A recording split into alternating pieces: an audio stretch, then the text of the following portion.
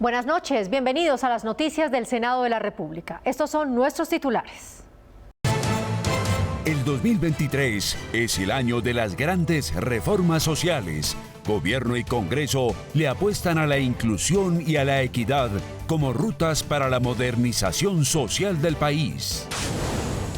El Senado de la República sigue consultando a las comunidades para la elaboración del nuevo Código Minero. El acoso sexual laboral será castigado con severidad. En el Senado avanza iniciativa que busca prevenir y sancionar el abuso de los jefes. Tate quieto a comerciantes incumplidos en Internet. El Senado estudia proyecto de ley que protege a los compradores en tiendas virtuales. La protección y defensa de los derechos ambientales sigue siendo prioridad en el Congreso de la República. En 2023, la biodiversidad y la reforestación tienen atención especial. En los últimos años, el inconformismo se ha hecho presente en varios sectores de la sociedad. Por eso, este año que comienza, desde la presidencia del Senado, se hace un llamado al Gobierno Nacional para que cuanto antes se radiquen las reformas en temas sociales que necesitan los colombianos. Para el presidente del Congreso, Roy Barreras, este año los colombianos van a sentir el cambio cuando se radiquen, inicien los debates y se implemente como ley de la República las reformas estructurales por el bienestar de los ciudadanos. Es el legado social del gobierno del presidente Petro y del pacto histórico. La reforma a la salud, la reforma laboral, la reforma pensional y el proyecto de sometimiento de la justicia a las bandas criminales, más la segunda vuelta de las reformas constitucionales que serán la reforma política y la reforma de jurisdicción especial agraria. El presidente del Senado, Roy Barreras, presentó una solicitud formal al gobierno para reducir el tiempo de receso de los congresistas con el objetivo de tramitar lo antes posible las reformas proyectadas por el gobierno. Le pido al gobierno que nos convoque en sesiones extras desde febrero para ganarnos un mes y medio más de trabajo, donde las reformas serán transicionales, serán consensuadas, no serán rupturas abruptas, ni serán reformas destructivas, sino constructivas. Finalmente, desde la presidencia del Senado se destacó que este es un tiempo adecuado para que el gobierno pueda consolidar las propuestas de cada sector en los textos que llegarán al legislativo en el primer semestre de este año. La economía colombiana también enfrenta este 2023 varios desafíos, como seguir reactivando la economía, bajar la tasa de desempleo y mejorar las condiciones sociales para erradicar la pobreza. Con una inflación que supera los 2 dígitos, con la alta depreciación del peso frente a otras monedas y con la expectativa de un crecimiento económico para este año del 1.5%, son varios los retos que el gobierno deberá implementar para avanzar en la reactivación económica. Tratar de tener un control muy fuerte sobre la inflación, un trabajo articulado con la política monetaria del Banco de la República, promover la inversión. Una de las primeras tareas, aseguran los senadores, debe ser impulsar la economía a través de la inversión pública con obras de infraestructura. Además, invertir recursos en el sector rural para aumentar la producción agrícola y así generar más empleo. Echar para adelante ese gran presupuesto aprobado en el Ministerio de Agricultura para impulsar la vía campesina en la producción agrícola y generar condiciones para el crédito barato en los campos de Colombia. Afirman los senadores, se deberá tener cautela con el estudio de la aprobación de las reformas pensional, laboral y de salud para no crear incertidumbre en la economía. Si se hacen mal pueden aún más aumentar esa crisis que empieza a sentir el pueblo colombiano. El Congreso tendrá además varias tareas en materia económica. La primera de ellas será aprobar la ley de adición presupuestal para incorporar los 20 billones que se obtendrían de la reciente reforma tributaria. Ahí tendremos que hacer un debate sobre cómo vamos a ordenar ese gasto, en qué rubros vamos a gastar los 20 billones. Otra de las tareas primordiales en el legislativo para este año será el estudio de la aprobación del Plan Nacional de Desarrollo 2023-2026, que es la hoja de ruta en materia social y económica durante el gobierno de Gustavo Petro. La construcción de un nuevo código minero que incluya a todos los sectores de la industria es una de las prioridades del Gobierno Nacional. Se espera que este primer semestre se puedan consolidar las políticas que contribuyan a la inclusión de todos los actores. La construcción de un nuevo código minero que incluya a todos los actores es uno de los objetivos que se ha planteado la Comisión Accidental para examinar y actualizar las políticas mineras. Con más de 19 audiencias públicas, esta iniciativa liderada por la senadora Isabel Zuleta tendrá continuidad en el 2023 cuando se espera sea una realidad. Aspiramos tener el primer borrador para el mes de febrero y iniciar la fase de consulta.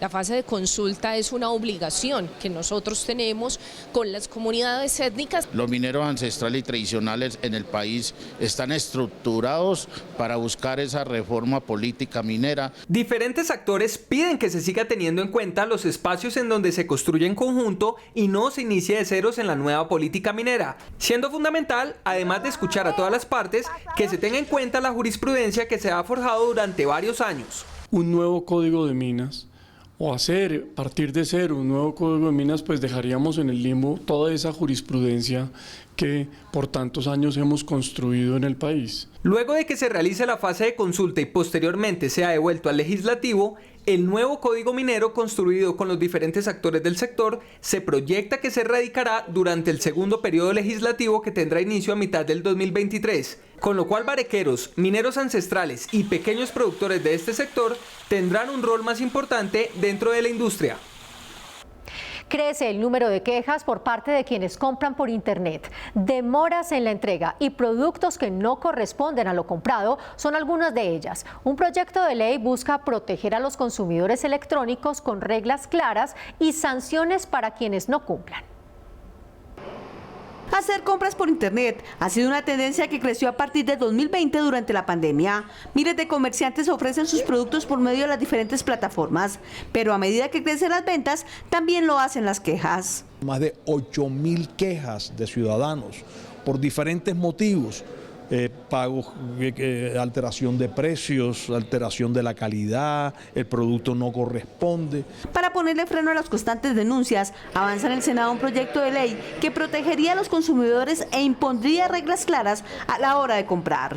Por ejemplo, en el caso de sus compras cuando solicitan la devolución del dinero. Hoy en día se tardan más de 30 días para que a una persona se les devuelva su dinero. Con esta ley lo que buscamos es que ese tiempo se reduzca a 15 días. Una de las denuncias más frecuentes es la demora en la entrega del producto. Por ello reza en el proyecto que si el proveedor se le presentan inconvenientes, deberá anunciarlo al comprador durante los 3 días siguientes a la venta. Que el consumidor tenga claridad cuánto se van a demorar en una entrega de un producto. A veces las personas esperan 2 meses. Garantías no reconocidas, alteración de precios, productos que no corresponden a lo comprado, sin acceso a la devolución del dinero y tiempo de entrega mayor al esperado son las quejas más frecuentes. Y la entidad encargada para fallar en esas controversias será única y exclusivamente la Superintendencia de Industria y Comercio. En el proyecto se establece además que las empresas que realizan ventas a través del comercio electrónico deben tener canales de acceso que garanticen el contacto y la atención personalizada con el cliente. Bajar los altos índices de violencia contra la mujer será uno de los principales retos del país este año nuevo. Las senadoras de la Comisión de la Mujer dicen que es fundamental fortalecer la educación y lograr así el respeto a este grupo poblacional. 2022 dejó cifras preocupantes sobre los casos de violencia contra las mujeres. Según cifras de Medicina Legal, el año pasado se registraron 39.332 casos de violencia intrafamiliar, mientras que en 2021 fueron 32.213. Para que no se vuelva simplemente un problema silencioso, donde las acciones o las pocas cosas que se vienen impulsando sigan siendo insignificativas frente a ese número tan grande. Para las senadoras, estas cifras dejan ver la necesidad de fortalecer la educación en la sociedad que permita proteger a las mujeres. Generación de conciencia del hombre frente al trato con su mujer y las responsabilidades que tiene. Integrantes de la Comisión de la Mujer creen que es indispensable empoderar económicamente a las mujeres para que puedan salir del ciclo de violencia. En que ellas puedan tener sus emprendimientos, sus proyectos productivos, porque esto también las hace sentir más valiosas en su capacidad de autogestionar, de tener sus ingresos. Organizaciones defensoras de los derechos de las mujeres creen que es necesario fortalecer las medidas educativas para prevenir estos delitos. Prevenir este tipo de violencias con mecanismos que sean efectivos y mediante los cuales las niñas, las adolescentes y las mujeres tengan la posibilidad de denunciar con tranquilidad estos casos y tener el acompañamiento adecuado. Este año, las senadoras de la Comisión de la Mujer seguirán poniéndole la lupa a este tema, exigiéndole al gobierno acciones efectivas que ayuden a disminuir las cifras de violencia y que protejan a las mujeres en todo el territorio nacional. El acoso sexual laboral es otro tipo de violencia silenciosa que sufren muchas mujeres en Colombia y que, según la Fiscalía, solo el 10% de ellas denuncia. Desde el Senado buscan acabar con esta conducta a través de medidas de prevención y sanción a quien cometa este acoso sexual. El acoso sexual es un tipo de violencia invisibilizada que afecta en su gran mayoría a las mujeres en el país. Según datos de la Fiscalía General de la Nación, en los últimos 10 años se han presentado más de 17.000 denuncias por este delito.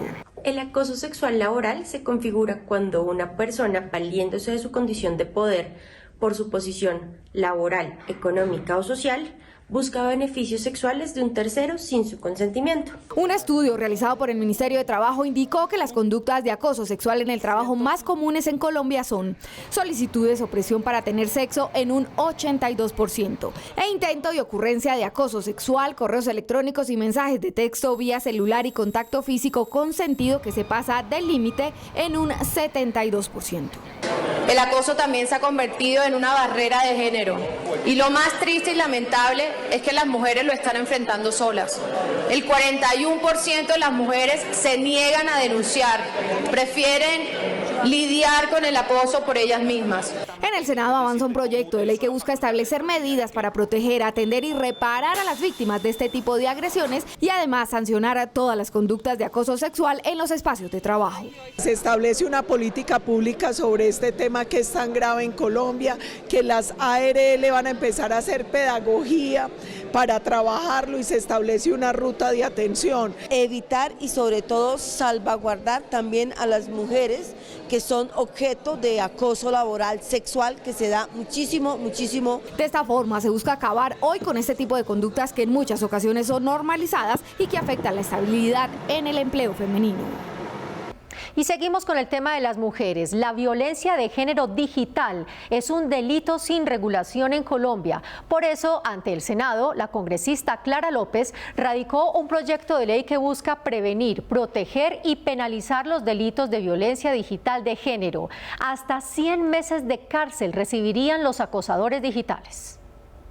De acuerdo con datos del Centro Cibernético Policial, de 2021 a 2022 se recibieron 62 denuncias por casos de extorsión, 325 por ciberacoso, 676 por injuria o calumnia a través de redes sociales y 972 denuncias por amenazas a través de redes sociales. Proteger, prevenir y reparar todos los daños causados por violencia sexual en las redes. Por eso la iniciativa contempla que quienes cometan delitos digitales como acoso a mujeres se enfrenten a penas de 80 a 100 meses de cárcel. Penaliza, pero con reparación de justicia restaurativa, esas conductas y busca de verdad que haya una política pública seria en Colombia. Además de la penalización a los agresores, el proyecto de ley también busca fomentar campañas y estrategias pedagógicas, así como programas de salud mental, asistencia jurídica y formación para los servidores públicos. Aplaudimos que en un país con profundas raíces patriarcales como Colombia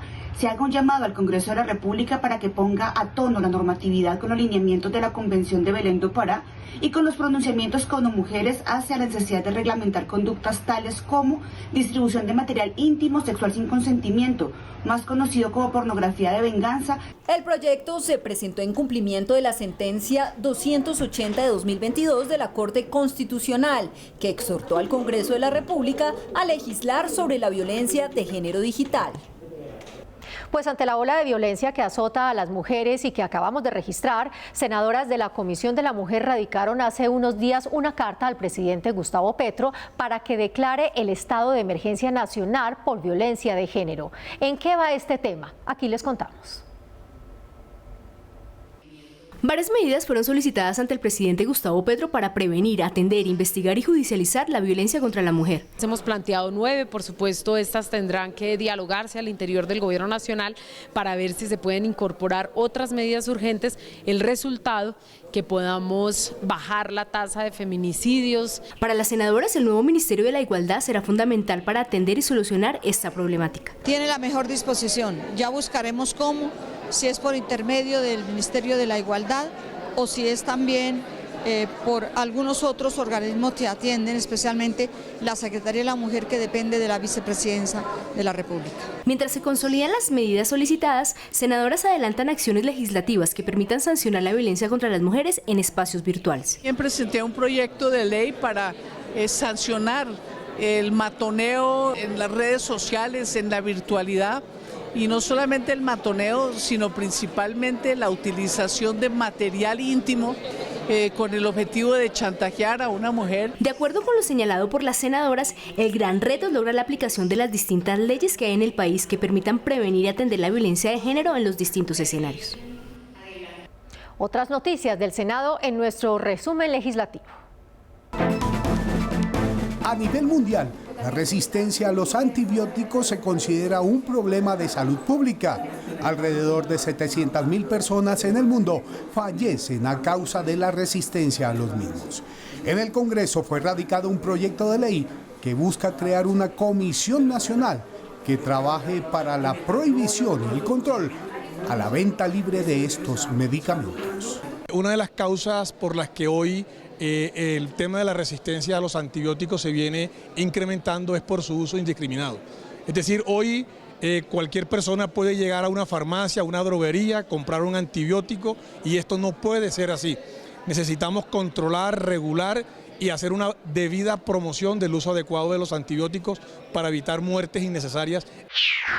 Entre julio y septiembre del año pasado, fueron sacrificadas 800.000 cabezas de ganado vacuno y más de 1,5 millones de porcinos, en muchos casos sin guardar las normas mínimas de protección animal.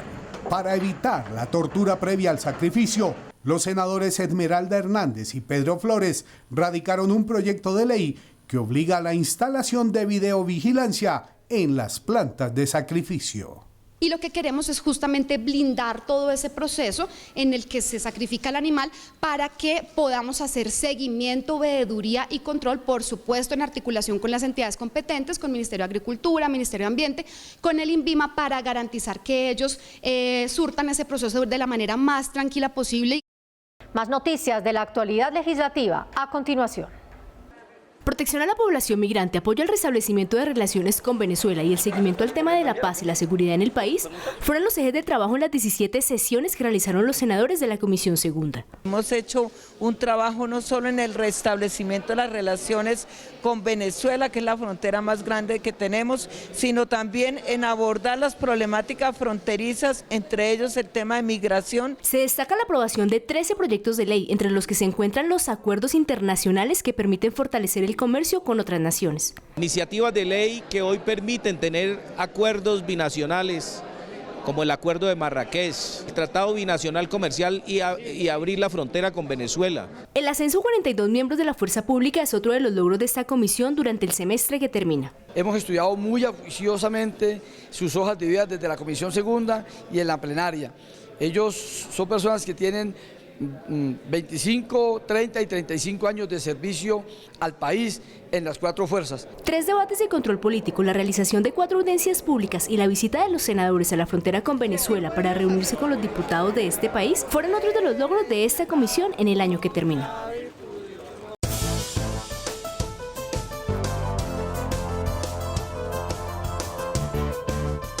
Llegó la hora de conocer la agenda ambiental con Carol Dau. Carol, buenas noches. ¿Qué viene en materia ambiental?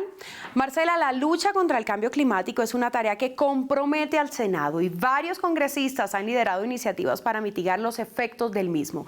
Este año se adelantarán proyectos de protección de biodiversidad, fauna marina, silvestre, reforestación, entre otros.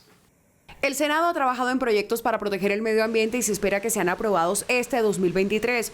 Uno de estos tiene como objetivo convertir los zoológicos en parques de conservación y centros de investigación. Y allí lo que se hace es un trabajo muy importante de protección de la fauna silvestre, de cuidado, de atención. Otro proyecto importante es similar a uno que se hizo en Europa para declarar al gas energía verde. Precisamente también se busca avanzar en iniciativas que permitan la reducción de emisiones contaminantes mediante una transición que no ponga en riesgo la seguridad fiscal y energética del país. Vamos a hacer el esfuerzo necesario desde este Congreso, desde este compromiso que tiene este gobierno frente al tema de la transición energética. La prohibición del fracking es uno de los temas que ha generado controversia. Sin embargo, ya fue aprobado en primer debate y este año será debatido en plenaria. Por otra parte, también será debatida una iniciativa para la gestión de residuos sólidos. Se viene un proyecto muy importante para reducir todo el tema de residuos sólidos en Colombia,